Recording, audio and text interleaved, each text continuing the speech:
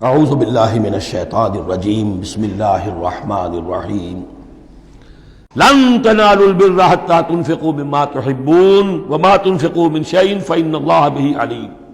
اس آیت کا حوالہ میں دے چکا ہوں آیا بر کے ضمن میں کہ یہ جو نیکی ہے مظاہر نیکی میں سے عملی نیکی میں سب سے بڑی، سب سے پہلی، سب سے مقدم انسانی ہمدردی، اور انسانی ہمدردی میں اپنا مال خرچ کر سکنا، اور مال بھی وہ کہ جو محبوب ہو، ردی ہو، دل سے اتر گیا ہو، بوسیدہ ہو گیا ہو، وہ کسی کو دے کر اور سمجھا جائے کہ حاتم طائی کی قبر پر لات مار دی میں نے، تو وہ حماقت ہے اپنی جگہ پر۔ لن تنالوا البر حتى تنفقوا مما تحبون، تم ہرگز نہیں پہنچ سکو گے نیکی کے مقام کو جب تک کہ خرچ نہ کرو اس میں سے جو تمہیں پسند ہے۔ وما تنفقوا من شيء فإن اللہ به علیم، اور جو کچھ بھی تم خرچ کرو گے اللہ کو اس کا علم ہے۔ کل طعام کان حلا لبنی اسرائیل الا ما حرم اسرائیل علی نفسہ من قبل ان تنزل التوراۃ۔ یہ بھی ایک جھگڑا تھا، یہودی کرتے تھے کہ ان کی شریعت میں اونٹ کا گوشت حرام تھا۔ حضور نے آ کر جو حرام چیزوں کا اعلان کیا اس میں اونٹ کا گوشت حرام نہیں ہے۔ ان کا اگر شریعت یہ وہی ہے، اگر شریعت موسوی ہے تو یہ تغیر کیسے ہو گیا؟ اس کی حقیقت بتائی ہے کہ تورات کے نزول سے قبل حضرت یعقوب علیہ السلام کو ذاتی جیسے بات ہوتی ہے کہ شاید ناپسند ہے، انہوں نے اونٹ کا گوشت اپنے اوپر حرام کر لیا تھا۔ جیسے حضور نے اپنی دو ازواج مطہرات کی دلجوئی کے لیے بعض چیزیں جو حلال تھیں ان کی قسم کھا لی، یا ایھا النبی لم تحرم ما احل اللہ لک تبتغی مرضات ازواجک، یہ چیز ان کے ہاں روایت کے طور پر چلی آ رہی تھی۔ تو اللہ نے فرمایا لاؤ تورات اور دکھاؤ کہاں لکھا ہوا۔ تورات کے نزول سے پہلے یہ شکل حضرت یعقوب علیہ السلام کی تھی، اس کی تم پیروی کر رہے ہو۔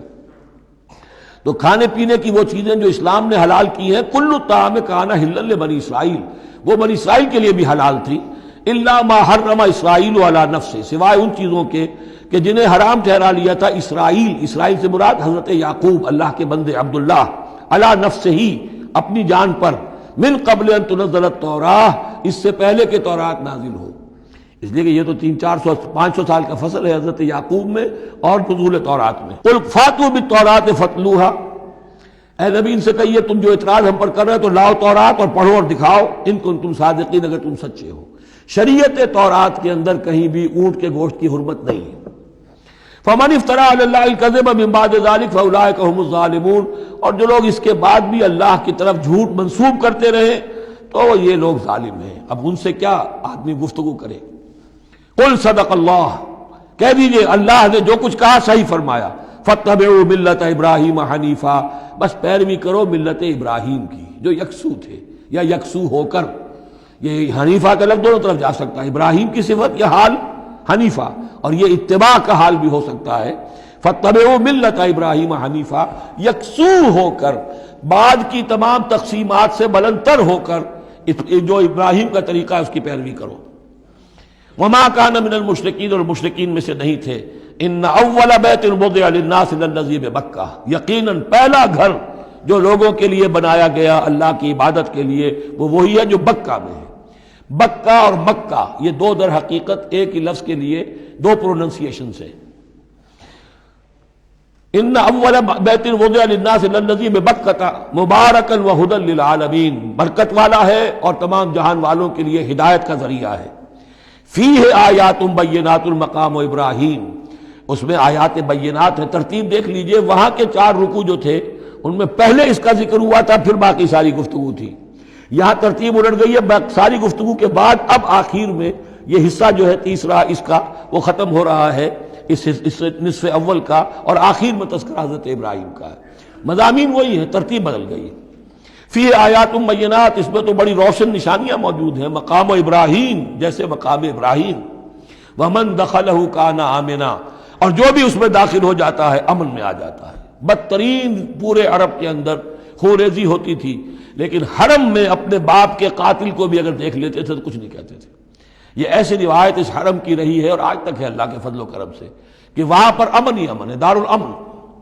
من دخلہ کان آمنا وَلِلَّهِ عَلَى النَّاسِ حِجُّ الْبَيْتِ مَنِ اسْتَطَاعَ إِلَيْهِ سَبِيلًا، اور للہ علی الناس، اب لام اور علی کو یہاں نوٹ کر لیجئے، اللہ کا حق ہے لوگوں پر کہ وہ حج کرے اس کے گھر کا، جو بھی استطاعت رکھتا ہو اس کے سفر کی۔ للہ علی الناس، اللہ کا حق ہے لوگوں پر، حج البیت، گھر حج کرنا بیت اللہ کا، من استطاع الیہ سبیلا، جو بھی استطاعت رکھتا ہو راستے کی، سفر کی، ومن کفر، اب یہاں کفرہ کے معنی کیا ہوں گے؟ جو استطاعت کے باوجود حج نہیں کرتا وہ گویا کہ کفر کرتا ہے۔ ومن کفر فإن اللہ غنی عن العالمین، تو وہ اللہ تو غنی ہے تمام جہانوں سے۔ قل یا اہل الکتاب لم تکفرون بآیات اللہ، اب آخری یہ آیات ہیں، بڑا ہی انداز جو ہے جھنجھوڑنے کا، اور جیسے کہ پیئرسنگ آئیز کے ساتھ دیکھ کر کسی سے بات کی جائے اور اس کے یعنی نگاہیں گاڑ کر اس پر۔ قل یا اہل الکتاب لم تکفرون بآیات اللہ، کیوں اللہ کی آیات کا انکار کر رہے ہو؟ واللہ شہید علی ما تعملون، اور جبکہ جو کچھ تم کر رہے ہو اللہ اسے دیکھ رہا ہے۔ قل یا اہل الکتاب لم تصدون عن سبیل اللہ، کہہ دیجئے ہے کتاب والو کیوں روکتے ہو اور روکتے ہو؟ صد یا سد دونوں معنی دیتا ہے، لازم بھی متعدی بھی، خود رک جانا، دوسروں کو روکنا۔ کیوں رکتے ہو اور روکتے ہو اللہ کے راستے سے؟ من آمنا، جو ایمان لے آتا ہے، تبغونہا عوجا، تم اس کے لیے ٹیڑھ تلاش کرتے ہو، سازشیں کرتے ہو کہ صبح کو ایمان لاؤ اور شام کو کافر ہو جاؤ، تاکہ یہ ایمان والے جو ہیں ان کے دل میں بھی وسوسے اور دغدغے پیدا ہو جائیں۔ من آمن تبغونہا عوجا، تم چاہتے ہو کہ وہ بھی کج راستہ اختیار کر لے، وانتم شہداء، اور تم خود جانتے ہو جو کچھ کر رہے ہو۔ وما اللہ بغافل عما تعملون، اور اللہ غافل نہیں اس سے جو تم کر رہے ہو۔ لیکن ان تمام سازشوں کے جواب میں اہل ایمان سے کہا گیا یا ایھا الذین آمنوا ان تطیعوا فریقا من الذین اوتوا الکتاب یردوکم بعد ایمانکم کافرین، اے وہ لوگوں جو ایمان لائے ہو، اگر ان اہل کتاب کے ان کسی گروہ کی تم پیروی کرو گے تو یہ تمہیں لازماً لوٹا کر لے جائیں گے تمہارے ایمان کے بعد، پھر تمہیں کفر کی حالت میں لے جائیں گے۔ وَكَيْفَ تَكْفُرُونَ، اور سوچو تو صحیح کیسے کفر کرو گے، کیسے اس راستے پر جاؤ گے۔ وَأَنْتُمْ تُتْلَىٰ عَلَيْكُمْ آیَاتُ اللَّهِ، جبکہ تم پر اللہ کی آیات پڑھ کر سنائی جا رہی ہیں۔ وَفِيكُمْ رَسُولُهُ، اور تمہارے اندر اس کا رسول موجود ہے بنفس نفیس۔ اس سے آپ اندازہ کیجئے کہ علماء یہود کا کتنا اثر تھا۔ اوس اور خزرج کے لوگ بڑے مرعوب تھے، چونکہ یہ ان پڑھ لوگ تھے، کوئی کتاب نہیں، کوئی شریعت نہیں، کوئی قانون نہیں۔ یہ لوگ صاحب کتاب تھے، صاحب شریعت تھے، ان کے ہاں علماء تھے، تو مرعوب تھے۔ لہذا یہاں جو اوس اور خزرج کے لوگ اسلام لے آئے تھے ان کے بارے میں اندیشہ ہوتا تھا کہ کہیں ان ساری ریشہ دوانیوں کا شکار نہ ہو جائیں۔ وَكَيْفَ تَكْفُرُونَ وَأَنْتُمْ تُتْلَىٰ عَلَيْكُمْ آیَاتُ اللَّهِ وَفِيكُمْ رَسُولُهُ، کیسے کفر کرو گے تم جبکہ تمہیں اللہ کی آیات پڑھ کر سنائی جا رہی ہیں اور اللہ کے رسول تم میں موجود ہیں۔ وَمَن يَعْتَصِم بِاللَّهِ فَقَدْ هُدِيَ إِلَىٰ صِرَاطٍ مُسْتَقِيمٍ، اور جو اللہ سے چمٹ جائے اس کی ہدایت ہو گئی ہے صراط مستقیم کی طرف۔ جو اللہ کی پناہ میں آ جائے، جیسے بچہ اگر اسے خطرہ محسوس ہو، شیرخوار بچہ دوڑ کر آ کے ماں سے چمٹ جائے گا، اب وہ یہ سمجھے گا میں قلعے میں آ گیا ہوں، اب مجھے کوئی کچھ نہیں کہہ سکتا، میں اپنی ماں کی گود میں آ گیا، ماں سے چمٹ گیا۔ اسے کیا پتا کہ کوئی درندہ صفت انسان اسے کھینچے ماں کی گود سے، اچھالے اور کسی بلم کے اوپر کسی نیزے کی انی کے اندر پرو لے۔ بچہ یہ سمجھتا ہے کہ میں ماں کے پاس آ گیا تو بس میں اب پناہ میں ہوں۔ ایسے ہی من یعتصم باللہ، جو اللہ کی پناہ میں آ گیا، فقد ہدی الی صراط مستقیم، اس کی ہدایت تو ہو گئی سیدھی راہ کی طرف۔ اللہم ربنا اجعلنا منہم، اللہم ربنا اجعلنا منہم۔ صدق اللہ العظیم۔